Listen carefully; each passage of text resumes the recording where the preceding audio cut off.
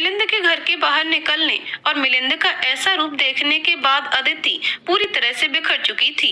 अभी अदिति में इतनी ताकत नहीं थी कि वह आगे चल भी पाए। उसका दिमाग काम करना बंद हो गया था।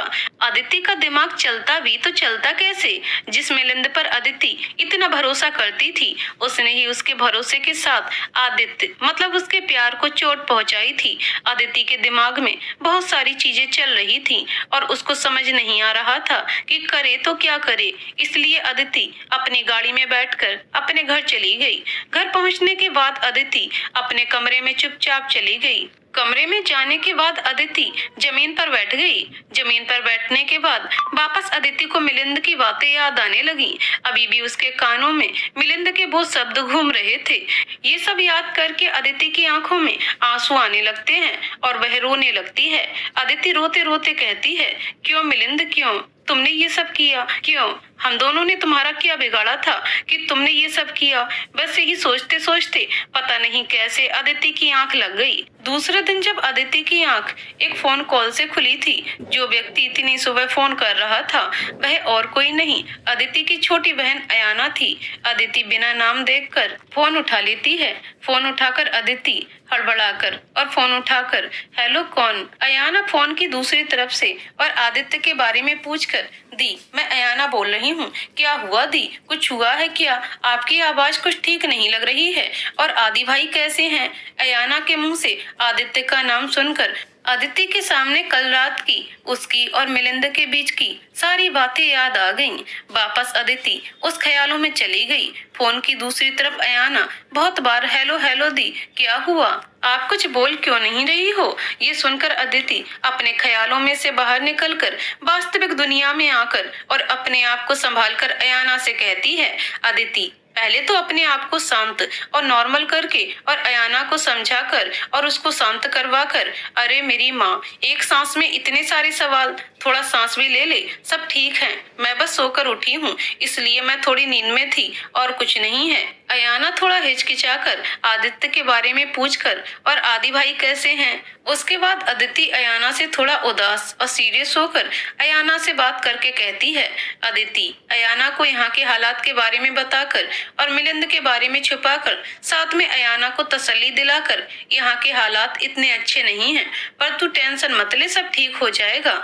अयाना को सोचकर फोन की दूसरी साइड से बोलकर, दी मिलिंद भी है ना आपकी मदद करने के लिए? मिलिंद का नाम सुनकर अदिति, जो अपने इमोशंस को कंट्रोल कर रही थी, उससे अब रहा नहीं जाता है और अपना गुस्सा बाहर निकालकर कहती है, अदिति अयाना पर चिढ़कर, मुझे मिलिंद की शक्ल भी नहीं देखनी, मदद तो बहुत दूर की बात हो गई। ये सुनकर अयाना कंफ्यूज हो जाती है और वह कंफ्यूज होकर अदिति से पूछती है कि अयाना अदिति को कुछ पूछकर, क्या हुआ दी? आप अचानक मिलिंद का नाम सुनकर इतना गुस्सा क्यों हो रहे हो? कुछ हुआ है क्या? फिर अदिति अपने आप को शांत करके और एक बहाना मारकर अयाना से कहती है, अदिति सुनना, मुझे कुछ काम याद आ गया है, तो मैं तुझसे बाद में बात करती हूँ। बिना अयाना की बात सुने अदिति फोन काट देती है। दूसरी तरफ अयाना कंफ्यूज होकर बस फोन को ही देखे जा रही थी। तब अभियान अयाना के पास आया और उसे पूछा, कुछ पता चला? तब अयाना अपनी वास्तविकता समय में आकर और उदास होकर कहती है, नहीं अभी तक तो कुछ पता नहीं चला। पर अयाना अभियान को तसल्ली दिलाकर, अदिति दी कुछ न कुछ करके सबूत जरूर ढूंढ लेंगी, तुम टेंशन मत लो। वैसे अभियान और अयाना एक दूसरे से लड़ते झगड़ते रहते थे, उनको तो बस एक मौका चाहिए था एक दूसरे को बोलने का। पर जब से आदित्य पर मोलेस्टेशन का केस लगा था, उसके कारण अभियान और अयाना एक दूसरे के करीब आने लगे थे। वैसे यूं कहना गलत नहीं होगा कि वे लोग एक दूसरे को पसंद करने लगे थे। इस समय अभियान और अयाना एक ही कंपनी में काम कर रहे थे और जब से उनको पता चला था कि आदित्य को झूठे केस में फंसा दिया है, अयाना और अभियान किसी भी हाल में मुंबई में आना चाहते थे। पर आदित्य को पता था कि अभी उनकी पढ़ाई और इंटर्नशिप बहुत ज्यादा जरूरी थी, इसलिए आदित्य ने उन दोनों को यहाँ पर आने से मना कर दिया था। दूसरी तरफ अदिति आदित्य को बचाने का एड़ी चोटी का जोर लगा रही थी, पर कुछ हो नहीं पा रहा था। एक हफ्ता निकल गया। हफ्ते के निकलने के साथ में कोर्ट का नोटिस भी आ गया। कोर्ट का नोटिस देखकर आदित्य के घर वाले डर, घबराहट और निराशा के साथ अदिति को पूछा, अब हम क्या करें, कैसे बचाएं हमारे बच्चे को? अब तो आगे कुछ नहीं दिख रहा है। जब अदिति ने देखा कि आदित्य के माँ और पापा की हिम्मत जवाब देने लगी है, उनको ऐसे टूटते हुए देखकर अदिति भी टूट गई थी और ना चाहते हुए अदिति ने डिसाइड किया कि वह मिलिंद की बात मान लेगी। पर मिलिंद की बात मानने से पहले अदिति आदित्य के साथ थोड़ा समय बिताना चाहती थी। आदित्य के साथ समय बिताने के बाद अदिति मिलिंद को ये सब के बारे में बताने का सोचा। अदिति उदास होकर आदित्य के लिए आखिरी बार खाना बनाती है। सारी की सारी डिशेस आदित्य की फेवरेट थी। वह उस दिन पुलिस स्टेशन जाकर सबसे रिक्वेस्ट करके अदिति आदित्य को खुद खाना खिलाने आ गई। उस दिन अदिति बस आदित्य को बहुत गहराई से देखे जा रही थी, पर इन सब से अनजान आदित्य भी अदिति को प्यार भरी नजरों से देखे जा रहा था। खाना खत्म होने के बाद अदिति ने प्यार से आदित्य को आई लव यू कहा और गले मिलकर वहां से चुपचाप वहां से चली गई। पुलिस स्टेशन से बाहर निकलकर अदिति मिलिंद को कॉल करके कहती है, मैं तुमसे मिलना चाहती हूँ, तो इसलिए मैं तुम्हारी कंपनी आ रही हूँ। ये कहकर बिना मिलिंद का जवाब जाने अदिति फोन काट देती है। जब अदिति मिलिंद की कंपनी पहुंचती है, तब मिलिंद बस उसी का इंतजार कर रहा था। अदिति कंपनी के अंदर चली गई और बिना समय गवाए अपने आप को मजबूत करके मिलिंद के केबिन में चली गई। जब अदिति मिलिंद के कमरे के बाहर ही खड़ी थी, तब मिलिंद का असिस्टेंट ने उसको इज्जत से अंदर भेज दिया। जब अदिति अंदर पहुंची, तब जो मिलिंद उसका इंतजार कर रहा था, वह खुश होकर खड़ा हुआ और उसने अदिति के पास आकर बैठने को कहा। तब अदिति ने बस मिलिंद से उदास और गंभीर आवाज में इतना ही कहा, मैं आदित्य को तलाक लेने के लिए तैयार हूँ और तुम्हारे पास आने के लिए तैयार हूँ, तो प्लीज तुम आदित्य को छुड़वा दो। ये सुनकर मिलिंद बहुत खुश हो गया था, पर दूसरी तरफ अदिति ये सब कहने के बाद एक जिंदा लाश बन गई थी। तब मिलिंद बोला, हाँ मैं उसको जेल से छुड़वा दूंगा, पर तुम मुझे ये बताओ तुम खाना क्या चाहती हो, मैं मंगवाता हूँ। तब अदिति खड़ी होकर बोली, मुझे कुछ नहीं खाना है, तुम मेरा काम करवा दो, उसके बाद मैं आदित्य के दिल में नफरत पैदा करके तुम्हारे पास आ जाऊंगी। ये कहकर अदिति बिना इमोशंस के साथ खड़ी हुई और वहां से चली गई। उस बात से अनजान मिलिंद बहुत ही खुश हो गया था। ये सब करने के बाद अदिति घर पहुंची। उसमें इतनी सी हिम्मत नहीं बाकी थी, वह पूरी तरह से टूट गई थी। फिर भी उसने अपना चेहरा नॉर्मल रखा, क्योंकि वह अभी किसी को बताना नहीं चाहती थी कि उसके साथ क्या क्या हुआ है और उसने क्या फैसला किया है। फिर वह चुपचाप अपने कमरे में चली गई और दरवाजा लॉक करके रोने लगी। अदिति रोते रोते और आदित्य की तस्वीर लेकर बस यही कह रही थी, मुझे माफ कर देना आदि, मुझे माफ कर देना, मैं मजबूर थी, मजबूर हूँ, मैं तुमसे बहुत प्यार करती हूँ, अपने आप से भी ज्यादा तुमसे प्यार करती हूँ। मुझे तुमसे अलग होना मंजूर है, पर मैं तुम्हें जेल की सलाखों के पीछे नहीं देख सकती। जो मैं आगे करने वाली हूँ उसके लिए मुझे माफ कर देना, आई एम सॉरी। रोते रोते हुए अदिति आदित्य की तस्वीर लेकर वहीं पर सो जाती है। देखते ही देखते काली अंधेरी रात का उजाला हो गया और एक नई सुबह ने जगह ले ली थी। पर अदिति के जीवन में जो अंधेरा छाया था वह तो बहुत ही ज्यादा गहरा था।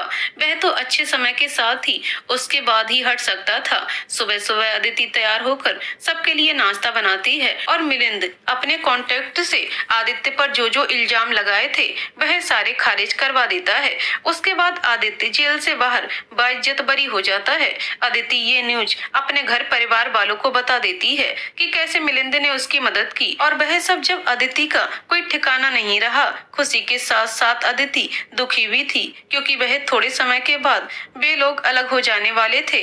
पर अपने और आदित्य के अलग होने के ख्यालों को साइड में रखकर उसने आदित्य को गले से लगा दिया और आदित्य उस बात से अनजान उसने भी अदिति को गले से लगा लिया। कुछ दिन तो सब नॉर्मल चला। यूं कहना गलत नहीं होगा कि आदित्य और अदिति की लाइफ ट्रैक पर आने लगी थी, पर अदिति आदित्य से थोड़ी खिंची खिंची सी रहने लगी थी। उसके बाद आदित्य की लाइफ में कुछ ऐसा हुआ जो आदित्य ने अपने सपने में भी नहीं सोचा था। एक दिन आदित्य को अदिति और मिलिंद एक होटल के कमरे में एक दूसरे की बाहों में मिले थे। ये देखकर आदित्य के पैरों तले से जमीन खिसक गई और अदिति के प्लानिंग के चलते अदिति और आदित्य का तलाक हो गया। आज का समय। आदित्य आज ये सब याद करके और अपनी आंखों में आंसू भरकर वापस एक शराब गिलास बनाया और पीने लगा। और वह बोला, क्यों आदित्य, क्यों तुमने ये सब किया? आखिर क्यों? क्या कमी रह गई थी मेरे प्यार में? देखते ही देखते एक हफ्ता बीत गया। सारे लोग अपनी अपनी लाइफ में बिजी होने लगे। पर एक दिन कुछ ऐसा हुआ कि ना ही किसी ने सोचा और ना ही किसी ने समझा। एक दिन आयना और अभियान कैंडल लाइट डिनर करके वापस आ रहे थे। वे लोग बहुत खुश थे। बहुत समय के बाद उन्होंने आज एक दूसरे के साथ समय बिताया था। जब अभियान गाड़ी चला रहा था तब अभियान के गाड़ी के सामने एक औरत आई और टकरा गई। ये देखकर अभियान और अयाना बहुत ही ज्यादा डर गए थे। वे लोग डरते डरते और हड़बड़ाते हुए गाड़ी से बाहर निकले और उस औरत के पास देखने के लिए गए कि वह औरत ठीक है या नहीं। जब उस औरत ने अभियान को देखा तो उस औरत ने अभियान को आदित्य समझ बैठी। वह औरत और कोई नहीं मालिनी थी, जिसने आदित्य पर झूठा केस किया था। मालिनी आगे कुछ और बोल पाती तब अभियान ने उस औरत को पूछा, मैम आप ठीक हो? आपको तो बहुत लगी है। ये देखकर अभियान अयाना से कहता है, हमें इनको किसी हॉस्पिटल में लेकर जाना होगा। ये अयाना से कहकर अभियान मालिनी से कहता है, आप टेंशन मत लेना, हम आपको हॉस्पिटल लेकर जा रहे हैं। ये कहकर अभियान और अयाना उनको गाड़ी में लेटा देते हैं और उनको हॉस्पिटल लेकर चले जाते हैं। जब वे लोग हॉस्पिटल में पहुंचे तब मालिनी को तुरंत ही ऑपरेशन थिएटर में लेकर चले गए। अभियान की फैमिली बहुत फेमस होने के कारण हॉस्पिटल वालों ने इतना फॉर्मेलिटी पर ध्यान नहीं दिया था। वे लोग तुरंत ही मालिनी का ऑपरेशन करने लगे थे, पर मालिनी का ऑपरेशन सक्सेसफुल नहीं रहा। डॉक्टर ने बाहर आकर अभियान और अयाना को कहा, मिस्टर रॉय, अंदर जो औरत है उनकी हालत ठीक नहीं है, उनकी हालत बिगड़ती जा रही है।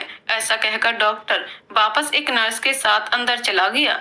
थोड़े समय ट्रीटमेंट देने के बाद कोई फर्क नहीं पड़ रहा था, इसलिए डॉक्टर बाहर आए और उन्होंने अभियान और अयाना से कहा, वैसे तो मरीज की हालत बहुत खराब है और हम ऐसी हालत में जल्दी किसी को मिलने नहीं देते, पर वह कब से आपके बड़े भाई आदित्य रॉय का नाम बोल रही है, तो प्लीज आप उनके पास जाइए। जब अभियान और अयाना ने ये सुना तो वे लोग शॉक्ड होकर एक दूसरे की शक्ल को देखने लगे। उसके बाद वे लोग अंदर चले गए। जब वे लोग वार्ड में पहुंचे, मालिनी ने अभियान को देखकर उसे आदित्य समझकर कहा, आदित्य सर, मुझे लगा ही नहीं था कि मैं आपसे कभी मिल पाऊंगी। तब अभियान मालिनी के करीब जाकर और उसको समझाते और कंफ्यूज होकर और सवाल पूछकर कहता है, आप मुझे गलत समझ रही हो और मैं आदित्य नहीं अभियान हूँ। आदित्य मेरे बड़े भाई हैं, पर आप मेरे भाई को कैसे जानते हैं और आप मेरे भाई से कब मिली? तब मालिनी अधमरी हालत में कहती है, मैं आदित्य सर को बहुत अच्छी तरीके से जानती हूँ।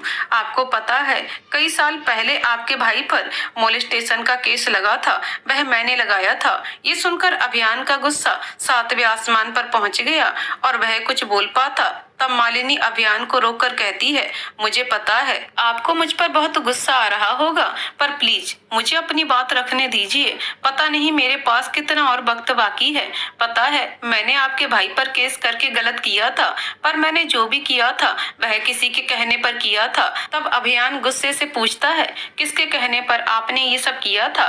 तब मालिनी एक लंबी सांस लेकर कहती है, मैंने ये सब मिस्टर कपूर के कहने पर किया था, पर मिस्टर कपूर ने भी आदित्य को किसी और के कहने पर फंसाया था। जब अभियान और अयाना ने ये सब सुना तो वे लोग शॉक्ड होकर एक दूसरे की शक्ल देखने लगे थे। मालिनी अपनी बात कंटिन्यू रखकर कहती है, मुझे भी बहुत समय के बाद पता चला। पहले तो मिस्टर कपूर ने मुझे पैसों का लालच दिया और मुझे एक अच्छी पोस्ट में रखने का मौका दिया, पर सबसे ज्यादा चौंकाने वाली बात ये थी कि इन सब में पहले से ही पुलिस इन्वॉल्व थी और मैंने भी लालच में आकर हाँ कह दिया था। पर धीरे धीरे मुझे पता चला कि इन सब के पीछे तो मिस्टर मिलिंद मल्होत्रा थे। जब अभियान और अयाना ने मिलिंद का नाम सुना तो उनके पैरों तले से जमीन खिसक गई। अभियान शॉक्ड होकर मालिनी से पूछा, मिलिंद भाई ने ये सब किया था? तब मालिनी ने हाँ कहकर आगे कहती है, जब मैं आखिरी बार पैसे लेने के लिए मिस्टर कपूर के वहां गई तब मैंने मिस्टर कपूर और मिस्टर मिलिंद मल्होत्रा की सारी बातें सुन ली थी। तब मुझे पता चला मिस्टर मिलिंद ने मिस्टर कपूर को कोई बड़ा लालच दिया था, इसलिए वह मान गए थे। ये सब जानकर मेरे मन में और भी ज्यादा लालच आ गया था और मैंने मिस्टर कपूर को ब्लैकमेल करना चालू कर दिया था। फिर मालिनी एक कड़वी हंसी हंसकर कहती है, कहते हैं ना, इंसान को बर्बाद करने वाला कोई और नहीं, खुद ही का लालच होता है। इसमें कुछ ऐसा हुआ, मेरे लालच ने मुझे डुबो दिया। मेरे बार बार ब्लैकमेल करने के कारण मिस्टर कपूर बहुत परेशान हो गए और उन्होंने मुझे अपने गुंडों से कहलवा कर किडनैप करवा दिया। फिर उन लोगों ने मेरे साथ ऐसा बर्ताव किया जो मैं आपको बता भी नहीं सकती। जब मालिनी ये सब बता रही थी तब उसके चेहरे से आंसू की धारा झलकने लगी थी। थोड़ी देर रोने के बाद मालिनी वापस कहना चालू करके कहती है, मिस्टर कपूर ने मुझे कई सालों तक एक कमरे में कैद करके रखा था। मिस्टर कपूर और उनके दोस्त रोज आते और मेरे साथ मैं बहुत टूट गई थी। इतना कहने के बाद मालिनी वापस रोने लगी थी। अपने आंसू पोंछकर मालिनी बोली, पर एक दिन मिस्टर कपूर ने ड्रिंक करते करते एक बात अपने दोस्तों से कही जो बहुत अजीब थी। तब अभियान और मालिनी को बिना समय गवाए पूछा, कौन सी बात? तब मालिनी बोली, मिस्टर रॉय पर एक केस तो था, पर उनके ऊपर मिस्टर मिलिंद और एक केस लगाने वाले थे, पर केस लगाने से पहले ही ये केस भी खारिज हो गया। अभियान ने गुस्से में कहा, और एक केस था, मैं इस मिलिंद को छोड़ूंगा नहीं। तब अयाना अभियान को शांत करवा कर कहती है, तुम पहले उनकी पूरी बात तो सुन लो कि वह कहना क्या चाहती हैं। तब अभियान शांत हो जाता है और वह मालिनी को पूछता है, मेरे भाई पर और कौन सा केस लगाने वाले थे तुम लोग?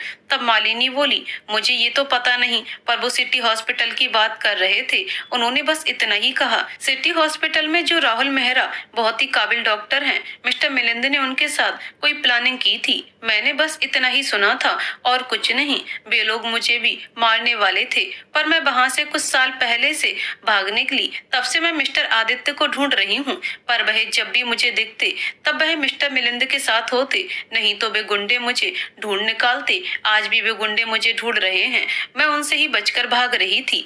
बस मैं इतना ही कहना चाहती हूँ, हो सके तो आप मुझे माफ कर देना।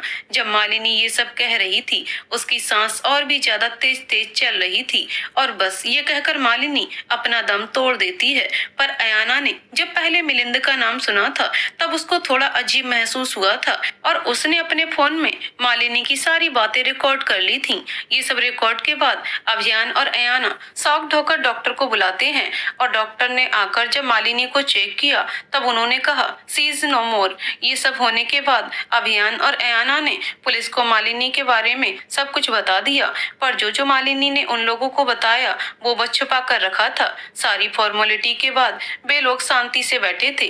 तब अभियान कंफ्यूज होकर अयाना को पूछता है, ये सब क्या हो रहा है? मुझे कुछ समझ नहीं आ रहा है। अयाना कुछ सोचकर बोली, पर अभियान मुझे सब समझ में आ रहा है कि ये सब क्या हो रहा है। तब अभियान कंफ्यूज होकर अयाना की तरफ देखकर पूछता है, मतलब मैं कुछ समझा नहीं। तब अयाना अभियान को समझाते हुए बोली, ये सब मिलिंद ने करवाया है, मिलिंद ही है इन सब का मास्टरमाइंड था। अयाना ये सब बोल ही रही थी। तब अभियान बस ध्यान से अयाना की बात को सुन रहा था। अयाना अपनी बात कंटिन्यू रखकर कहती है, देखो 7 साल पहले आदि भाई और अदिति दी एक दूसरे को बहुत प्यार करते थे, एक दूसरे के बिना रह भी नहीं सकते थे, तो अचानक वे लोग अलग कैसे हो गए? उन दोनों के बीच दूरियां कैसे आ गईं? और सबसे महत्वपूर्ण बात, उन दोनों की दूरियां कब से आने लगी? तब अभियान अपना सब्र खोकर और अयाना को सीरियस होकर पूछता है, कब से? तब अयाना अभियान के सामने देखकर कहती है, जब से ये मिलिंद आया था तब से। मिलिंद के आने से पहले सब ठीक था, पर जब से वो आया था तब से आदि भाई की लाइफ में प्रॉब्लम आना चालू हो गई थी। उनके ऊपर अचानक केस होना, इतनी मेहनत के बाद भी एक सबूत का ना मिलना, और अचानक एक दिन मिलिंद ने कुछ ऐसा कर दिया था जिसके कारण आदि भाई जेल से छूट गए थे। और सबसे ज्यादा महत्वपूर्ण बात, आदि भाई के बाहर आने के कुछ दिन बाद ही आदि भाई और अदिति दी अलग हो गए थे। तुम्हें ये सब अजीब नहीं लग रहा? ये सब सीरियस होते हुए सुनकर और कुछ देर सोचने के बाद अभियान को अयाना की बात में दम लगता है और वह अयाना से कहता है, तुम्हारी बातों में दम तो है, पर अभी हमें क्या करना चाहिए? तब अयाना हल्का मुस्कुराकर कहती है, मैंने जब मालिनी के मुंह से मिलिंद नाम सुना था तभी मुझे एहसास हुआ कि कुछ तो गड़बड़ वाली बात है, इसलिए मैंने ये सब रिकॉर्ड कर लिया था। तब अभियान ये सुनकर अयाना को गले से लगाकर कहता है, क्या बात है मेरी जान, तुम तो सच में काबिले तारीफ हो। इन सब बात से अनजान अभियान और अयाना बात कर रहे थे। उनके ऊपर कोई नजर रख रहा था और वह कोई और नहीं, मिलिंद का असिस्टेंट अभिनव था। एक्चुअली अभिनव मालिनी का पीछा कर रहा था। फिर मालिनी के एक्सीडेंट के बाद अभिनव अयाना और अभियान का पीछा करने लगा था और इत्तेफाक से अभिनव ने अयाना और अभियान की सारी बातें सुन ली थी। जब अभियान और अयाना हॉस्पिटल से बाहर निकले और अपनी गाड़ी की तरफ जा ही रहे थे, तब अचानक एक गाड़ी आई और उन दोनों को टक्कर मार दी। टक्कर लगने के कारण उनको चोट लग जाती है। टक्कर के कारण अभियान का फोन गिर जाता है, पर अयाना फोन उसके पॉकेट में होने के कारण उसको कुछ नहीं होता है, पर चोट के कारण वे लोग बेहोश हो जाते हैं। बेहोश होने से पहले जो फोन गिरा था वह फोन गिरने के कारण टूट गया था। जब मिलिंद का असिस्टेंट अभिनव अयाना और अभियान के पास जाकर जो गिरा हुआ फोन अयाना का फोन समझकर उठा लेता है, पर सच से अनजान अभिनव बहुत खुश हो जाता है, पर उसको पता ही नहीं था कि जिसका फोन उसने उठाया है वह अयाना का नहीं, अभियान का है। धीरे धीरे सारी उस जगह पर भीड़ आने लगती है और अभिनव उस भीड़ को देखकर बस अभियान का फोन ही लेकर वहां से चला जाता है और वह फोन करके मिलिंद को कहता है, सर काम हो गया है। तब मिलिंद अपने चेहरे पर एक मुस्कान लाकर कहता है, अभिनव तुमने आज मुझे बहुत बड़ी खुशखबरी सुनाई है। तब मिलिंद मन ही मन में जहरीली हंसी हंसकर कहता है, आदित्य मैं कभी भी तुम्हें और मेरी अदिति को एक नहीं होने दूंगा। अदिति सिर्फ मेरी है, सिर्फ मेरी। दूसरी तरफ भीड़ में से एक इंसान अयाना और अभियान को हॉस्पिटल में लेकर जाता है और जब आदित्य को ये न्यूज मिलती है तब वह भी भागकर हॉस्पिटल चला जाता है। जब आदित्य हॉस्पिटल में पहुंच गया तब उसने देखा कि अभियान और अयाना बेड पर लेटे हुए थे, उनके सिर पर पट्टियां लगी हुई थी। आदित्य भागकर अभियान की तरफ गया और उसे पूछने लगा कि तुम ठीक हो ना, तुम्हें ज्यादा चोट तो नहीं लगी ना। तब अभियान कहता है, भाई आप टेंशन मत लो, मैं ठीक हूँ, पर अयाना को काफी चोट आई है। तब अयाना बेड से उठकर कहती है, नहीं नहीं मैं ठीक हूँ, पर तुम अभी ठीक हो ना। तब अभियान कहता है, मैं भी ठीक हूँ, पर भाई अच्छा है कि आप आ गए, हमें आपको एक न्यूज बतानी थी। तब आदित्य डांट कर कहता है, तुम्हें अभी आराम करना चाहिए और चलो तुम भी आराम करो, बाद में बात करते हैं। तब अभियान कहता है, भाई कुछ बहुत जरूरी बात करनी है। तब आदित्य अभियान से पूछता है, क्या बात करनी है। तब अभियान एक लंबी सांस लेकर कहता है, भाई आपको मालिनी पता ही होगी जिसने आप पर केस किया था।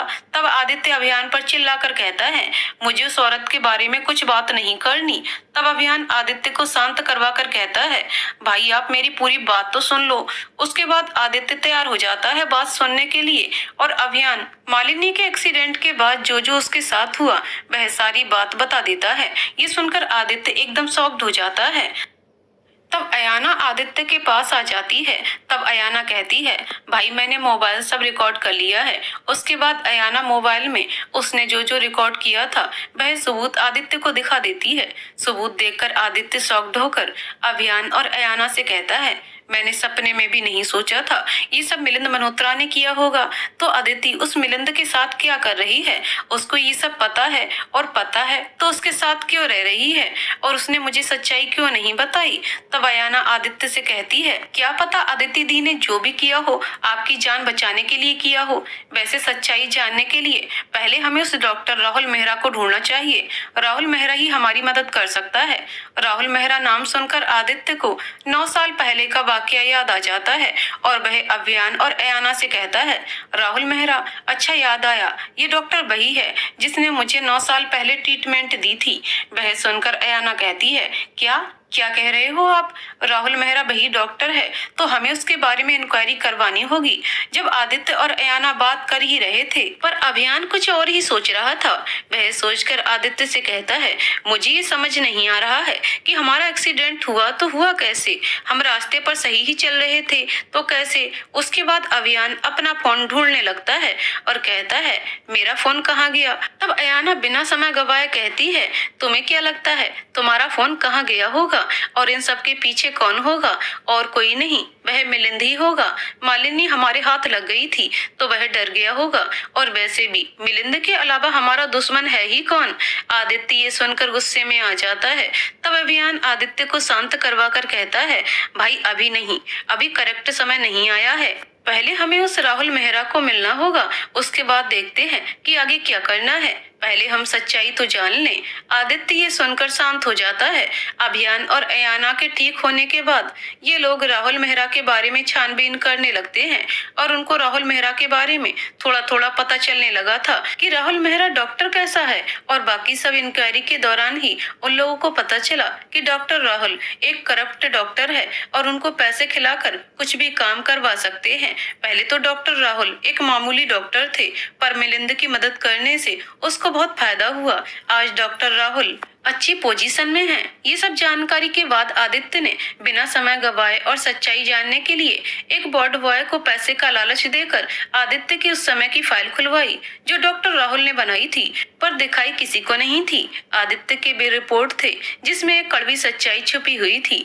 आदित्य अपनी पूरी जिंदगी में सोचा ही नहीं था उस रिपोर्ट में वह लिखा था। जब आदित्य ने अपनी फाइल देखी तो वह शॉक्ड हो गया। उसने शॉक्ड होकर अयाना और अभियान से कहा, ये कैसे पॉसिबल हो सकता है? मैंने जब अपनी रिपोर्ट देखी थी पर उसमें तो फूड पॉइजनिंग लिखा था, पर इस रिपोर्ट में तो ये लिखा है कि मैं ड्रग्स, पर ये कैसे पॉसिबल है? तब अभियान आदित्य को संभाल कर कहता है, भाई ये सब तो डॉक्टर राहुल ही बता सकते हैं। वे लोग डॉक्टर राहुल के केबिन के बारे में उस बोर्ड बॉय से पूछकर उस रिपोर्ट को लेकर डॉक्टर राहुल के पास जाते हैं। पहले तो डॉक्टर राहुल मेहरा कुछ नहीं बोलता, पर आदित्य ने उसे असली रिपोर्ट दिखाई। तब वह डर के मारे आदित्य और अभियान अयाना को सब सच बता देता है कि कैसे मिलिंद ने उसको इस हॉस्पिटल का एमडी बनाने का लालच दिया और वह उस लालच में आकर कैसे उसने ये सब किया। राहुल की ये सब करने की एक वजह और थी कि मिलिंद उसका बचपन का दोस्त भी था। मिलिंद भली भांति जानता था कि राहुल इस हॉस्पिटल का एमडी बनना चाहता था, इसलिए उसने डॉक्टर राहुल के सामने ऐसा ऑफर रखा कि वह मना ही नहीं कर पाया। उसने ये भी बता दिया कि मिलिंद ने ये सब अदिति को पाने के लिए किया था। पहले तो मिलिंद बताने के लिए तैयार नहीं था, पर जब राहुल ने मिलिंद को दोस्ती का वास्ता देकर पूछा कि उसने ये सब क्यों किया, तब उसने दोस्ती के वास्ते की खातिर बता दिया। ये सुनकर आदित्य के पैरों तले से जमीन खिसक गई। ये सब सुनकर आदित्य ने डॉक्टर राहुल को थप्पड़ मारकर उसको पीटने वाला ही था। तब बीच में अयाना और अभियान आ गए और वे लोग आदित्य को बाहर लेकर चले गए। बाहर जाने के बाद आदित्य जोर जोर से रोने लगा। उसने अभियान के गले लगकर बोला, मैंने कितनी बड़ी गलती कर दी, मैंने अदिति को समझा ही नहीं, मेरी अदिति को। पर उसके बाद आदित्य अपने आंसू पोंछकर कहता है, अभी भी देरी नहीं हुई है, मैं अदिति से माफी मांग लूंगा तो वह पक्का मुझे माफ कर देगी। ये सब कहकर आदित्य अयाना से पूछता है, प्लीज क्या तुम मेरा एक काम करोगी?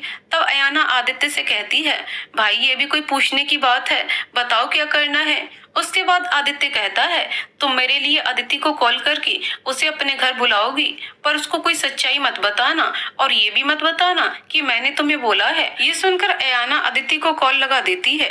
जब अदिति ने अयाना का नाम अपने मोबाइल स्क्रीन पर देखा तो वह बहुत खुश हो गई और उसने खुश होकर फोन उठा लिया। फोन उठाकर अदिति इमोशनल होकर कहा, अदिति अयाना से फोन की दूसरी तरफ से थोड़ा रोकर, क्या हुआ अयाना, तुमने आज मुझे कॉल किया, माँ पापा ठीक है ना? अयाना इमोशनल होकर और अपने इमोशंस को कंट्रोल में रखकर, हाँ दी सब ठीक हैं, पर अदिति दी मुझे आपसे कुछ काम था, तो क्या आप हमारे घर आ सकती हैं क्या? अदिति ये सुनकर और खुश होकर, हाँ मैं अभी आ रही हूँ, ये कहकर अयाना फोन काट देती है और ये कहकर अदिति भी खुश होकर अपने घर के लिए निकल जाती है। जब अदिति घर पहुंची तब उसको अपने घर में उनके पुराने नौकर दिखे। तब अदिति ने नौकर से पूछा, काका आप कैसे हो और बाकी सब कैसा चल रहा है? तब काका मुस्कुराकर बोले, बेटा सब ठीक चल रहा है। काका ने अदिति से पूछा, तुम कैसी हो बिटिया? तब अदिति मुस्कुराकर बोली, मैं भी अच्छी हूँ काका। अयाना किधर है? उसने मुझे आज बुलाया था। तब काका ऊपर कमरे की तरफ इशारा करके बोले, ऊपर कमरे में। तब अदिति खुश होकर कमरे में चली जाती है। जब अदिति कमरे में पहुंचती है तब कमरे में अंधेरा होता है। तब अदिति प्यार से अयाना का नाम पुकारती है, अयाना अयाना अयाना। तब अचानक लाइट ऑन हो जाती है। जब लाइट ऑन होती है तब अदिति के सामने आदित्य खड़ा हुआ था। अदिति आदित्य को देखकर शॉक्ड हो जाती है, पर उसे उलट आदित्य अदिति को देखकर बहुत इमोशनल हो जाता है और उसकी आंखों के सामने उसने और अदिति ने जितने भी पल बिताए थे वह सामने आ जाते हैं और वह भागकर अदिति के गले लग जाता है। अदिति ऐसे आदित्य के गले लगने के कारण एकदम शॉक्ड हो जाती है और वह आदित्य को अपने आप से छुड़ाने की कोशिश करने लगती है। है और आदित्य से कहती है, ये सब तुम क्या कर रहे हो, मुझसे दूर रहो। पर आदित्य अदिति की बात नहीं सुनता और वह अदिति को गले लगाए रखता है। पर अदिति आदित्य को अपने आप से छुड़वाने की कोशिश करती ही रहती है। तब आदित्य अदिति को शांत करवा कर कहता है, अदिति शांत, मुझे सब पता चल गया है।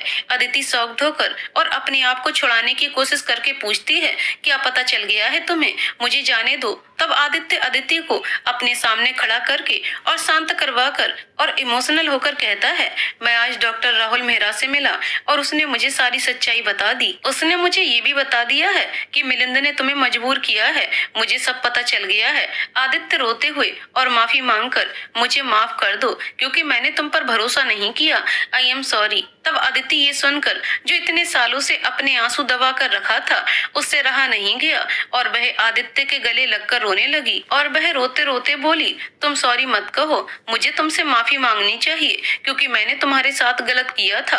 तब आदित्य अदिति को बोला, नहीं, तुम्हारी कोई गलती नहीं थी। ये सब कह के आदित्य भी अदिति को जोर से गले लगाकर रोने लगा।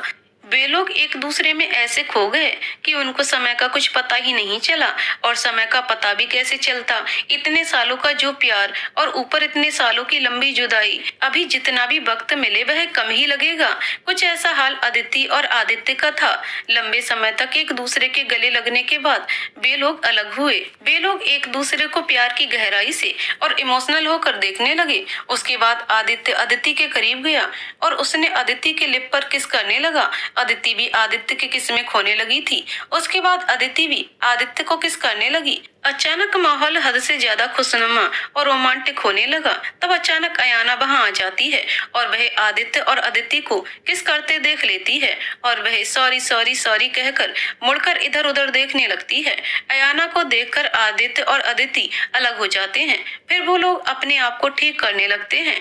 आदित्य अयाना को नकली गुस्सा दिखाकर कहता है कि तुम्हारी टाइमिंग का कोई जवाब नहीं है, तुम हमेशा ऐसे ही। आगे कुछ आदित्य बोल जाता, उससे पहले अदिति आदित्य को हल्का सा मारकर अदिति अयाना से कंफ्यूज होकर पूछती है, अयाना तुम, मेरा मतलब है कि तुमने मुझे फोन क्यों किया था और तुम सबको सच्चाई कैसे पता चली, मुझे कुछ समझ में नहीं आ रहा। तब अभियान कमरे में आकर कहता है, भाभी ये बहुत लंबी कहानी है। अदिति अभियान को देखकर और भी ज्यादा शॉक्ड हो जाती है। तब अभियान कहता है, भाभी आप शॉक्ड क्यों हो रहे हो, और वैसे भी ये तो होना ही था, आपका प्यार है ही इतना गहरा और सच्चा। इसके बाद अभियान अदिति को सारी सच्चाई बता देता है कि कैसे वे लोग मालिनी से मिले, कैसे उन लोगों को डॉक्टर राहुल के बारे में पता चला और सब कुछ। ये सुनकर अदिति की आंखों से आंसू आ जाते हैं। तब अयाना अदिति के पास जाकर उससे माफी मांग लेती है। अदिति इमोशनल होकर अयाना को गले लगा लेती है। तब अभियान अदिति आदित्य और अयाना को कहता है कि तुम लोगों का भरत मिलाप हो गया हो तो कुछ काम करें। तब सब लोगों ने अभियान की ये बात सुनी तो सब लोगों के चेहरे पर एक प्यारी सी हंसी आ गई। पर आदित्य ने अभियान का कान खींचकर बोला, बहुत मजाक सूझ रहा है, मैं तुम्हें दिखाता हूँ मजाक किसे कहते हैं। ये कहकर आदित्य ने अभियान के चेहरे पर एक हल्का सा थप्पड़ मार देता है और अभियान अपने आप को बचाते और दर्द से कराहता है, अरे भाई मैं तो बस माहौल को हल्का करने की कोशिश कर रहा था, पर आप तो देखिए। तब आदित्य बीच में आकर आदित्य और अभियान को रोक कर कहता है, चलो अभी मजाक बहुत हो गया, पर अभी सच में कोई अच्छा प्लान बनाना होगा। तब अभियान अदिति से बोला, भाभी इतने सबूत तो काफी है ना मिलिंद को जेल पहुंचाने के लिए। तब अदिति अभियान को समझाकर बोली, नहीं अभियान, इतने सबूत काफी नहीं हैं मिलिंद जैसे इंसान को जेल पहुंचाने के लिए। मिलिंद जल्दी ही बाहर निकल आएगा। वैसे भी मिलिंद जैसा इंसान जिसने अपने बाप का खून करके भी इतने साल बाहर रहा है, तुम्हें क्या लगता है ये सब करना बहुत आसान है। ये सुनकर अभियान आदित्य और अयाना तीनों के तीनों शॉक्ड हो गए। आदित्य ने शॉक्ड होकर अदिति से पूछा, पर ये सब तुम्हें कैसे पता, मतलब तुम्हें कब पता चला। तब अदिति कहती है, एक दिन मैं ऐसे ही रात को किताब पढ़ रही थी, तब मिलिंद शराब के नशे में कमरे में आया और उसने सब बता दिया था।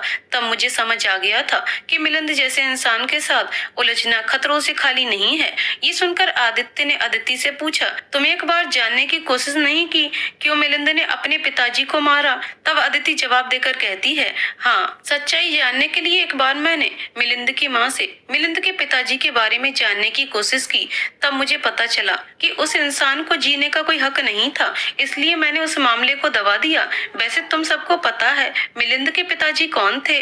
तब सब लोगों ने एक साथ पूछा, कौन? अदिति एक लंबी सांस के साथ जवाब देकर कहती है, महेंद्र मल्होत्रा। जब सब लोगों ने ये नाम सुना तब सब लोग शॉक्ड हो गए। आदित्य शॉक्ड होकर कहा, वो तो हमारे सीएम थे, मतलब मिलिंद मल्होत्रा एक पॉलिटिशियन का लड़का था। अभियान ये सुनकर बोला, इसलिए मिलिंद इतना पावरफुल इंसान है, इसलिए सब लोग मिलिंद से उलझना नहीं चाहते। ये सुनकर अदिति बोली, इसलिए तो मैंने कहा मिलिंद से उलझना आसान नहीं है। ये तो सिर्फ एक मामला मुझे पता है, बाकी का तो हमें इतना पता भी नहीं है। उसने अपनी लाइफ में क्या क्या किया है, इसलिए मिलिंद को खत्म करना है तो हमें उसकी पावर को खत्म करना होगा। ये सुनकर आदित्य अदिति का साथ देकर कहता है, अदिति सही कह रही है, हमें मिलिंद को खत्म करना है तो उससे पहले हमें साम्राज्य को बर्बाद करना होगा।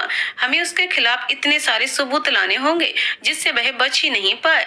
ये सुनकर सारे लोगों ने अदिति के साथ सहमति दिखाई। इसके बाद आदित्य बोला, मैं अपने डिटेक्टिव को हायर कर लेता हूँ, वह हमारी मदद कर सकता है। ये सुनकर अदिति आदित्य से बोली, उस डिटेक्टिव को कहना जो भी करे सावधानी से करे, मिलिंद को पता न चल पाए, और तुम भी सावधानी से काम करना। और एक महत्वपूर्ण बात, जब तक हमारा मकसद पूरा नहीं हो जाता तब तक हम लोग मिलेंगे नहीं और न ही फोन पर बात करेंगे। आदित्य, तुम्हें कोई सबूत मिले या कोई अच्छी खबर सुनानी हो तो तुम अयाना के द्वारा ही बताना। ओके। सब लोग चुपचाप आदित्य की सारी बातें सुनकर सहमति दिखाकर यहाँ से अलग अलग हो जाते हैं। वैसे आदित्य का मन तो नहीं था अदिति से अलग होने का, पर अपने मकसद के चलते उसने अदिति को जाने दिया। वे लोग दूसरे दिन से ही काम पर लग गए, पर मिलिंद के खिलाफ सबूत ढूंढना आसान नहीं था, बहुत मेहनत का काम था। जब भी सबूत मिलता तो वही सबूत गायब भी हो जाता। कई लोग गवाही देने के लिए तैयार होते, फिर डर के कारण मुकर जाते। ऊपर से वह सब छुपते छुपाते करना था और सावधानी के साथ भी करना था, क्योंकि मिलिंद एक मामूली इंसान नहीं था, एक पावरफुल इंसान था। पॉलिटिक्स में ना होकर भी सबको कंट्रोल में रखता था, इसलिए अदिति और बाकी सब लोग अच्छे से सब ध्यान रख रहे थे। फिर एक दिन चमत्कार हो गया, और वैसे भी कहते हैं ना, बुराई का अंत एक ना एक दिन होता ही है, और ये लड़ाई तो सच्चाई के लिए थी, तो वे लोग कैसे इस लड़ाई में हारते। उनके साथ भी कुछ ऐसा ही हुआ। पूरे 6 महीने लगे, पर 6 महीने बाद उन लोगों के पास इतने सबूत तो आ गए जिससे लोग मिलिंद को बर्बाद कर सकते थे। वे लोग अदिति के घर पर मिले, वे लोग बहुत खुश थे, और खुश भी क्यों ना हो, इतना बड़ा जो काम हो गया था। अभियान खुश होकर अदिति से कहता है, भाभी इतने सबूत तो काफी हैं मिलिंद को जेल पहुंचाने का, तो हम अब किस बात का इंतजार कर रहे हैं? अभी हम रिपोर्ट्स को कॉल कर देते हैं। और अदिति मुस्कुराकर और सस्पेंस में हंसकर और अभियान को रोककर कहती है, शायद तुम एक चीज भूल गए हो, 2 दिन बाद क्या है? अभियान कंफ्यूज होकर अदिति की तरफ देखता है। 2 दिन बाद गणपति बप्पा आने वाले हैं, और मिलिंद भी अपने घर में गणपति बप्पा को लेकर आता है, तो उसी दिन ही हम सारी सच्चाई मीडिया को दे देंगे। देखते ही देखते 2 दिन बीत गए और आज का दिन आ गया। पर इस दिन अदिति बड़े ही चाव से गणपति बप्पा के आगमन की तैयारी कर रही थी, और ये देखकर मिलिंद भी बहुत खुश हो गया था।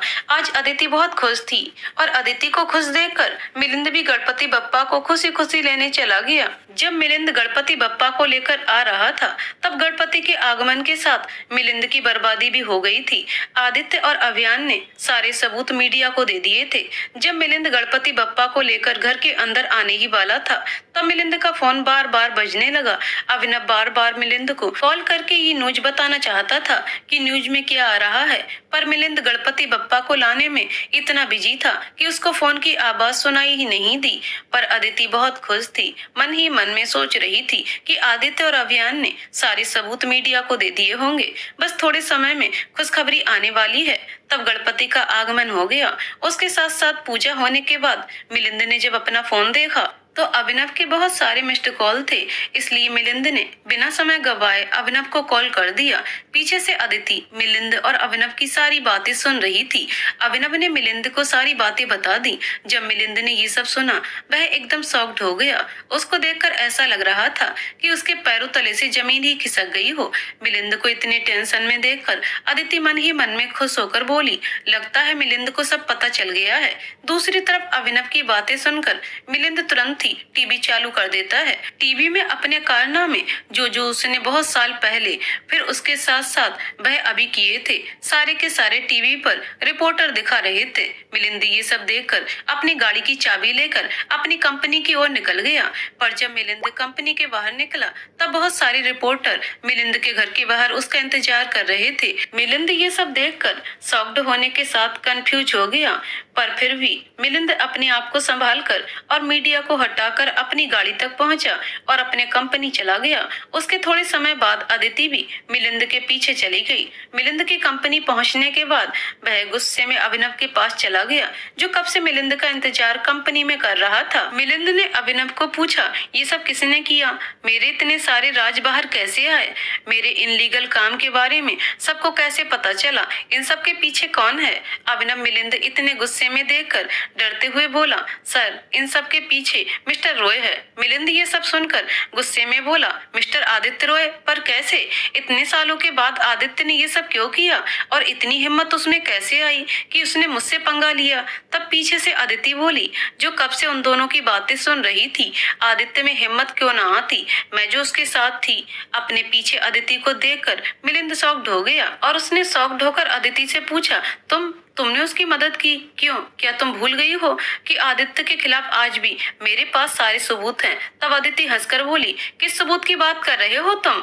उस सबूत की तो मैं एक बात बता दूं मिस्टर मिलिंद मल्होत्रा, समय बदल गया है। आज सारे सबूत तुम्हारे खिलाफ हैं, ना कि आदित्य के खिलाफ। तो तुम अपने आप को बचाने की सोचो समझे। ये कहकर अदिति वहां से चली गई। मिलिंद बस उसको गुस्से में देखता रह गया। उसके बाद मिलिंद ने सबसे मदद मांगी, पर सबूत इतने पुख्ता थे कि कोई उसकी मदद करने को तैयार ही नहीं था। इसलिए मिलिंद को बहुत गुस्सा आने लगा और उसने गुस्से में अपने आप से कहा, अदिति, तुमने ये ठीक नहीं किया।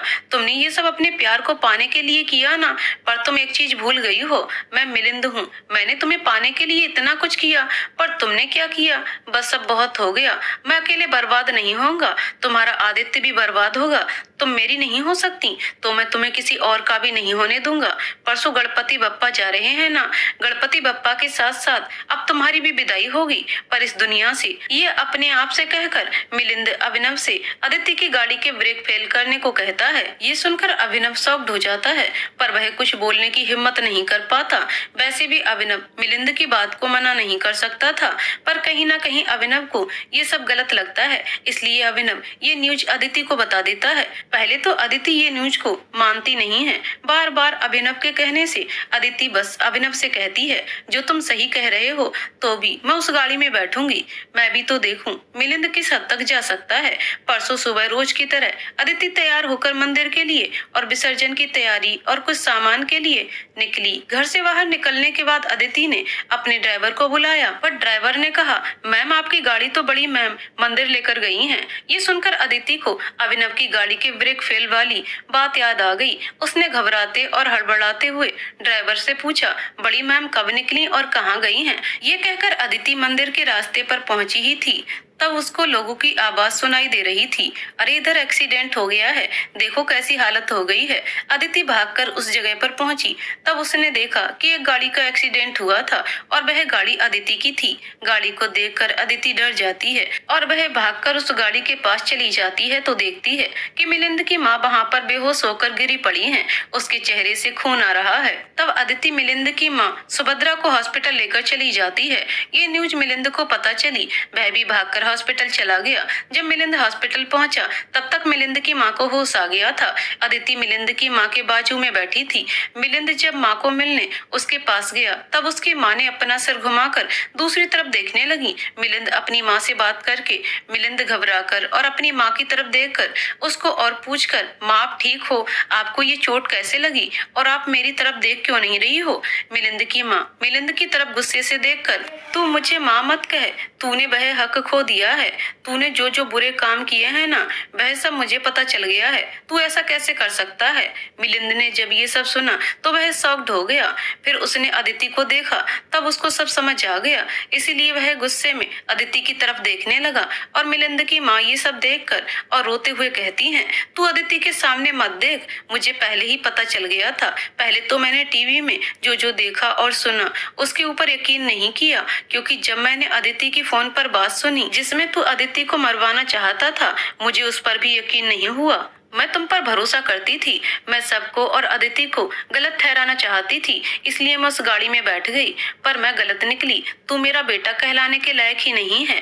और तो और तूने मुझे झूठ बोला था कि अदिति का पति उसको मारता है, इसलिए तूने उसको तलाक करवाया। छी, झूठ। ये कहकर मिलिंद की माँ और जोर जोर से रोने लगी और अपनी शकल मोड़ दी।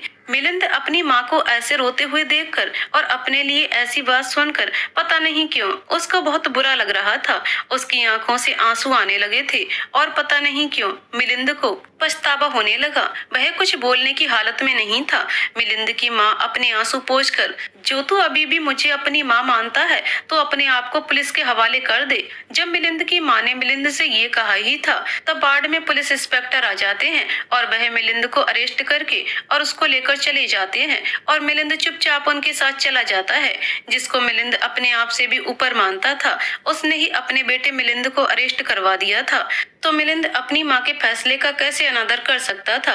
उसके बाद अदिति आदित्य के साथ साथ अयाना अभियान बप्पा का खुश होकर विसर्जन कर देते हैं। उसके बाद अदिति और आदित्य एक दूसरे को गले लगाकर आई लव यू कह देते हैं और एक दूसरे को किस कर लेते हैं। इसके बाद अदिति और आदित्य धूमधाम से शादी कर लेते हैं और 1 साल बाद उनके घर में एक प्यारा सा छोटा सा बेबी बॉय का जन्म होता है और उनकी लाइफ खुशियों से भर जाती है। आखिर में जीत सच्चे और पवित्र प्यार की ही तो होती है। दोस्तों, कहानी यहीं पर समाप्त होती है। तो दोस्तों, आपको कहानी कैसी लगी कमेंट करके जरूर बताइएगा। कहानी पसंद आई हो तो वीडियो को लाइक शेयर करें और चैनल को सब्सक्राइब करें। कहानी को पूरा सुनने के लिए बहुत बहुत धन्यवाद दोस्तों।